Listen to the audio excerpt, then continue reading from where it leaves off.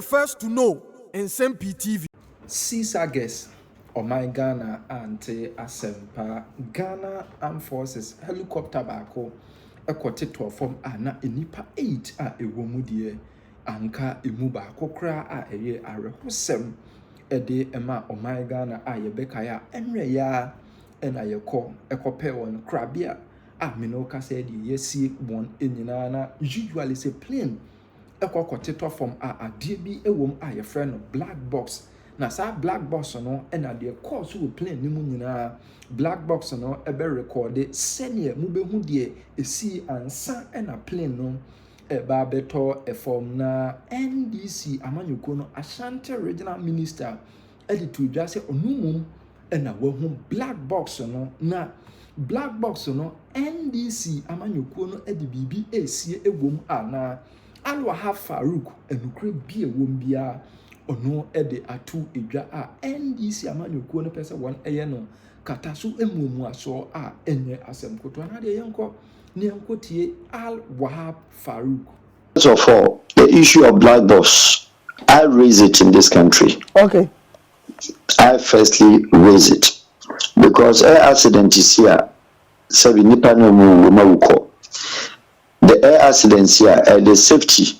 Say who they see near who say it be mabium, near who your corrections, and any issue. No. But the accident in the whole country was just only emotional driven speeches and messages. And some of us raised the issue of technical. And he's saying, need technical presentation, technical responses.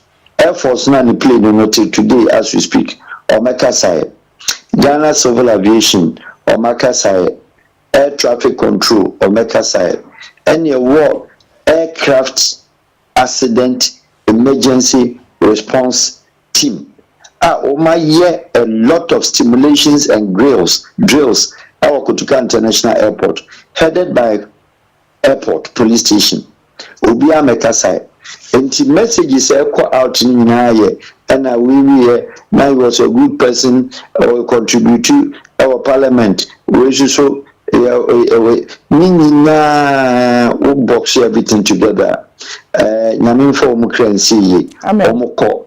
But how do we know they are true Omo? That is why some of us raise the issue. Say, me, I don't accept, and I'm the first person to have raised it. I don't agree and accept, say, air traffic controls a flight in Ira. Collaborated story by Air Force. Intimate as a flight Ira. Flight in Ira, intimate go do the destination enclave. Flight Ira no, and Ira no, ebi ankebawa ko hunu Burkina and answer Sierra Leone. Because our aircraft in 3.5 hours and sun and fuel asa. And this airline aircraft were taking the path, the route from Kotoka International Airport, Air Force B Hall, now all call Boise. We supposed to be 35 minutes. Now what you may do around that time, 9:12 from 2 years, around 10 o'clock, now flight in a ship, our destination enclave, and the flight in 9 years. And to be my candidacy and saying, and then awareness after my interview with other networks on Wednesday, and you met you see a black box. And the problem is up to now, Ubia Mekas, I say, in what state and black box? Because aircraft, ever top from a helicopter, it is like a bottle. The main body no ankasano dismember a two. Free ni tail no ho ejina plane bi a share won say ni tail no nisi ho ana ni tail ni janka because a show from a dislodge from the body omu designing in the way on a black box ni she na black box na she ho no on Wednesday na pressure the buyer you mu bibisa questions no the tea ni say no technical person and of course na Air Force for Ghana Aviation Obi Ameka Sai Ashanti regional minister, who is a medical doctor, or say we have found the black box, and even the communication tone and the mood say on the Twitter page, and Lord says we have found the black box. I had my problem with it.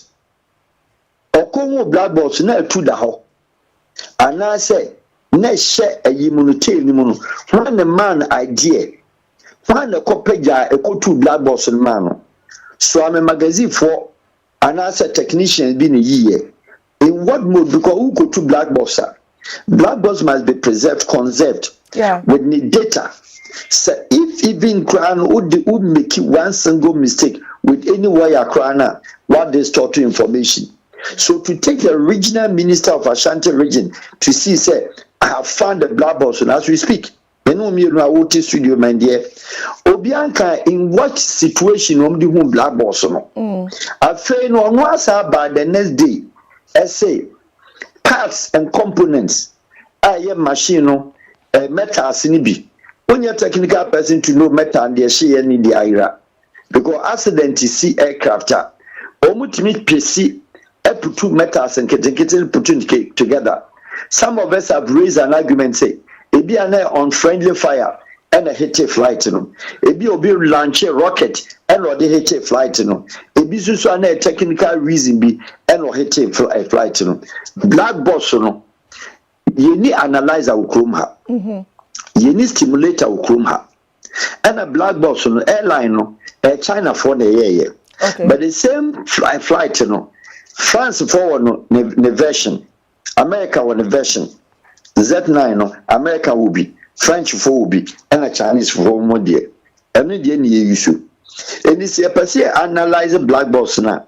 Check Chinese for no and answer France and America. And I bet my analyze it. Into condition be mu and a regional minister no or the black box no or the amahwine. Far on the war black box no way. You analyze it and I analyze it.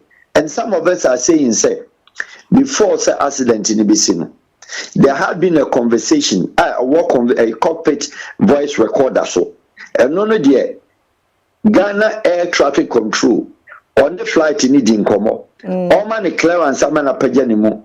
All man clearance, and then I dispatch it. Now, all my flight controller, no, a year pilot, now squadron leader, no, all can't and say, my picking my altitude, my picking my path, my do my level, goodbye. A 100 year, Essen Casamri, no, and coma bami a TDC, and on your black box. And also, son, am I? And the issue is flight in Iran, now, of course, speed bay. No level bang, and he know what do normally lose contact, and also so am I. Into this black box, very crucial. Nemo surprisingly no anajo.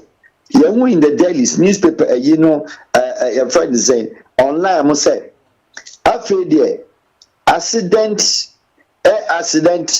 emergency response unit to be one Mr. Wombo to be Abekasa said the preliminary results of the aircraft accident will be known in 1 month.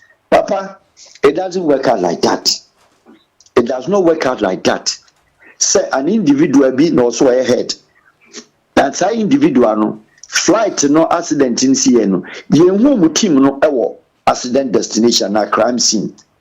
Yen home Air Force say oma koho akọ hwehwe nanka dia asi your person investigation any serious nation who could deal off the whole area. They also just some jungles at Chance.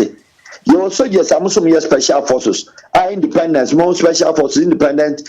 You afraid to say a square hole. I want to special forces. What do you mean? What idea you up to now? Me no say in class for any sebi. Na akọ body no. It will free exit and entry. Nam accidents in obi alcohol. Obi nebehu metal anu afa. Obi nebehu ya anu afa. How are we going to investigate this? We beka say, yes say, a 1 month tap and you bring preliminary results. It is not true. You should be able to update the state. The air traffic control should be able to update the state. How our flight, will take it off.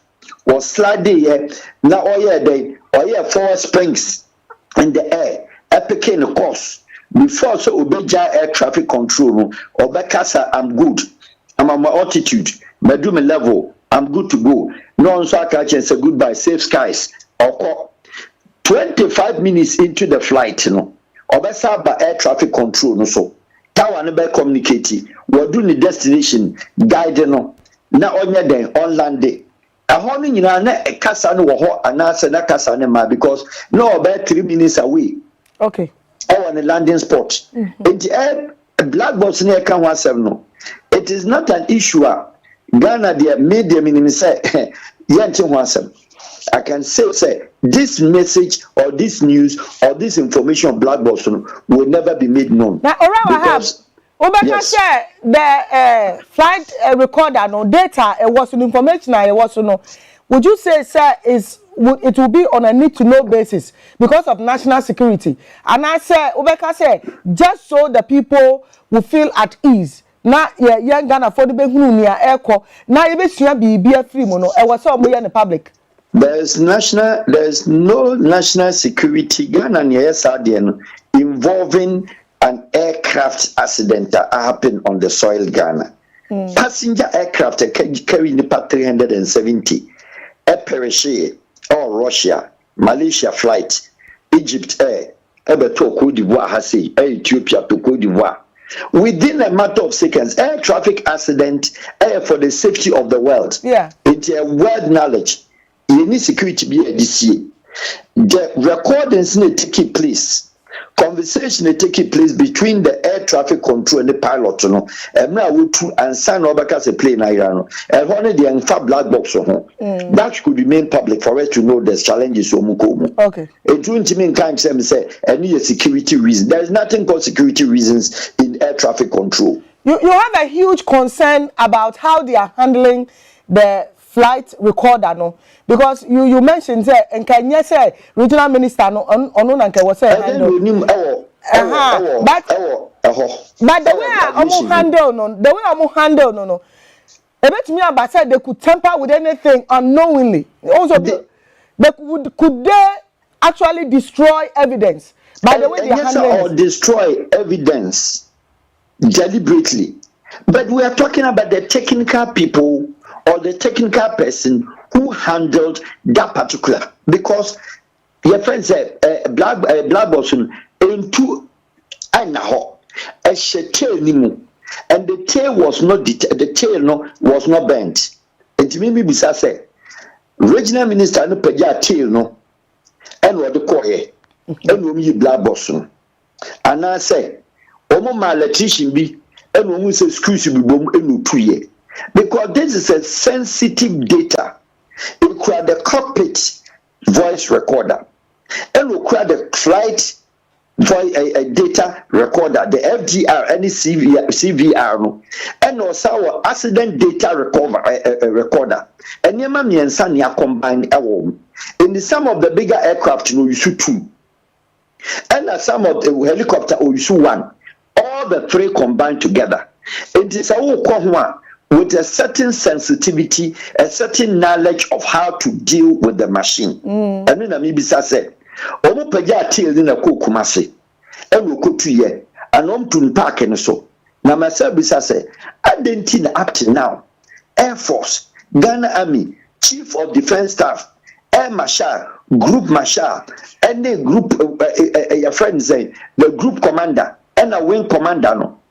Nyina obi antime ma mekasai and wo ma muso nko ho no ne the saddest aspect I mean no mi hu say soja ni awu and with aircraft accident of such kind of a sorrowful your friend say we are the perish here na sabi a country of 40 million a kasa so country be in Africa ye bosi on say ni nyansa na ye ni homicide unit of the military. Yet, who are 37 hospital. Yet, who are hospital of 4B in Kumasi. Yet, who are 2 brigade in Kumasi. Homicide unit. And for body bag. And the side nipa sabi. Yamu and Kasem Fembum. Now the nipa wowu as a soldier. Now the remains. The skeleton remains at the Ashabotum. It is even a crime for a military. Non-military to carry the body of a military person, because the defense minister is also considered as a military person. Yeah, it's a crime. I don't know. Country no address that issue. Minya obia mani mejina honka ho asem. Minya military mo ma be apologize here, and mo me deny say bottom na ye no na nye koko ni gum. Okay. Ye mo me skeleton. Na ye musa say soja ni ben na nyame ato ne nsa afre no. Ah ya retire no kura wo retirement onya 90 years ah. Sabi ne body abusuafo ne so a. Have you seen that before? Once a soldier, always a soldier unto your grave. Okay. Until then the buy. What was Nsem-Pii no Wahab answer near beko no enkofo bi ha won kakra bibi eye won na kakra wo say sanka plan ni bo ho se ne awo kan enka plan ni ntiti nye fragment nkete esa and some people are saying say maybe there's some missile bi and I say bibi sa so dia no wadwene ho and I say obi aka bibi sa I'm telling you on authority. I first raised that question in this country.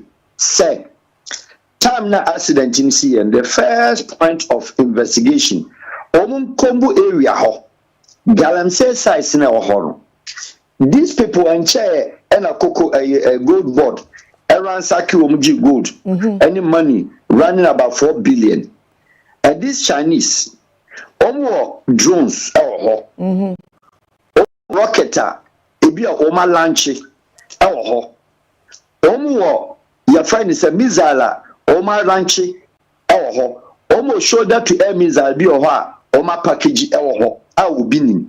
So seeing the military aircraft coming there no they could have blown it in the wilderness. I raised that issue. Yes, I'm agreeing with say. Okay. And I also say aircraft no say etete sa no there like I said say jets and a military aircraft a helicopter toppers no a top former a dismember. Okay. 82. All right. Then we concern is say spring gear, almost seat belts and our straps no.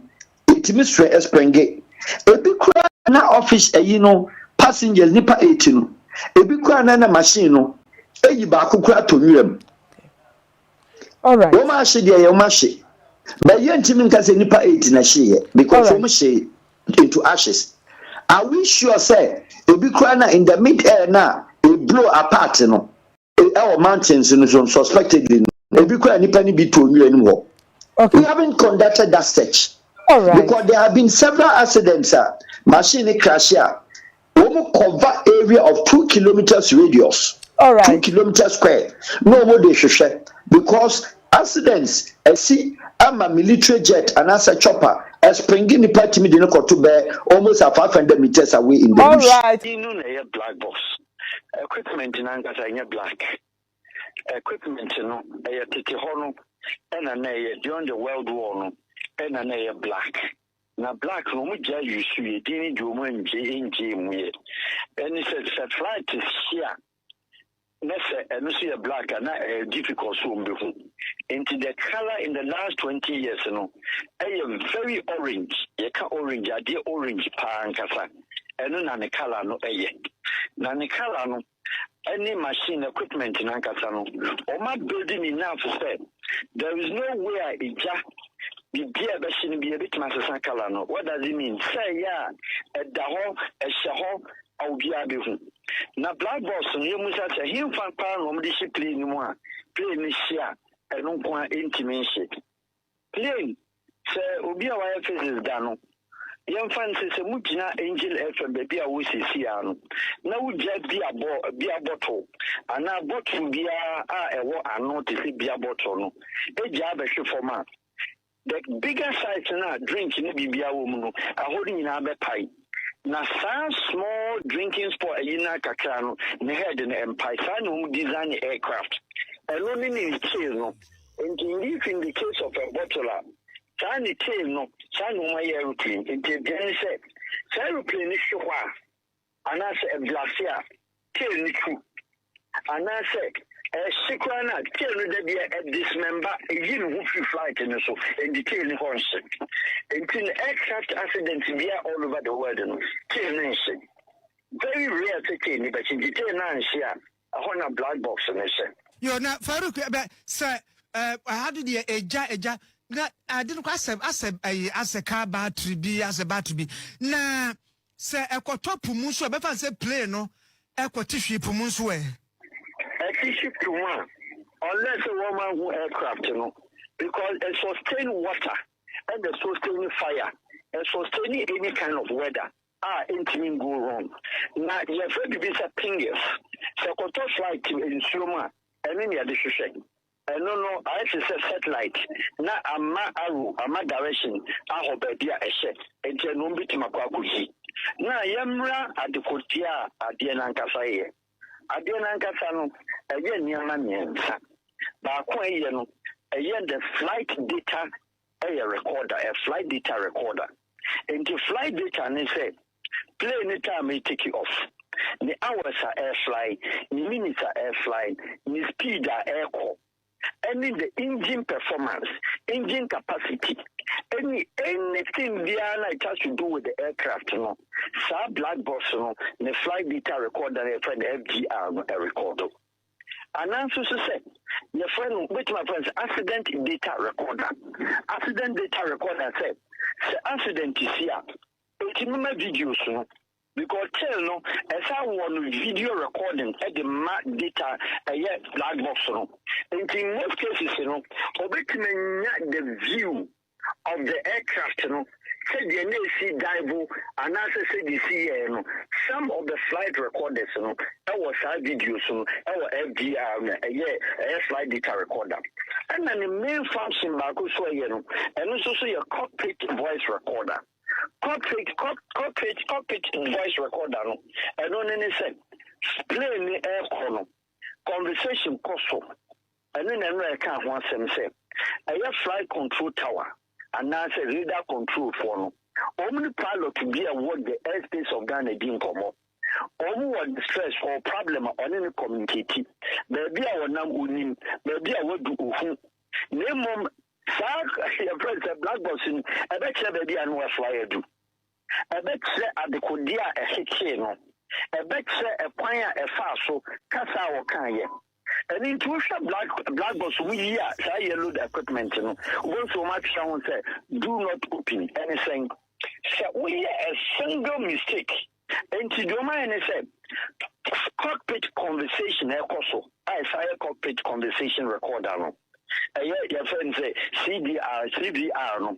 Omne flight control unit for Casa and the pilot no Casa. And at the very minute air call off no and I machine hiti and air caution. No matter how, unless the BHT pilot we in Yamen Fasama, pilot no Casa. In this other aviation industry no. Pilot come you know. Now the plane now no. Say Sabu Mediania. Ojo yema wo ma duane baako